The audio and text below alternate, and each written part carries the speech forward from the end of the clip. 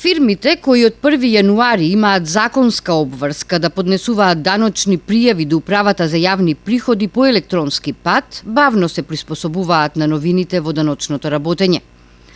15 на дена пред истекот на рокот, 1140 фирми не презеле никакви чекори, односно воопшто се немаат регистрирано на системот Е-даноци.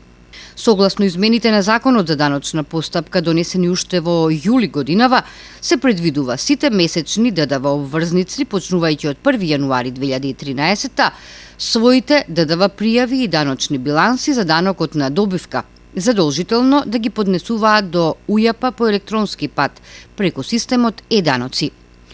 Инаку, постапката за регистрација за електронско поднесување на даночни пријави е едноставна и трае 10 минути.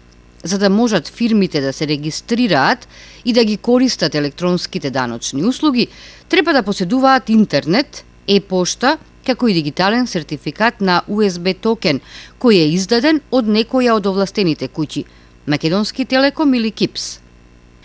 Доколку фирмите навремено не се прилагодат на новините за електронско пријавување на данок, постои ризик да не можат да го користат системот Е-даноци, а со тоа и да не бидат во состојба навремено да поднесат даночна пријава и да пријават данок од 1 јануари.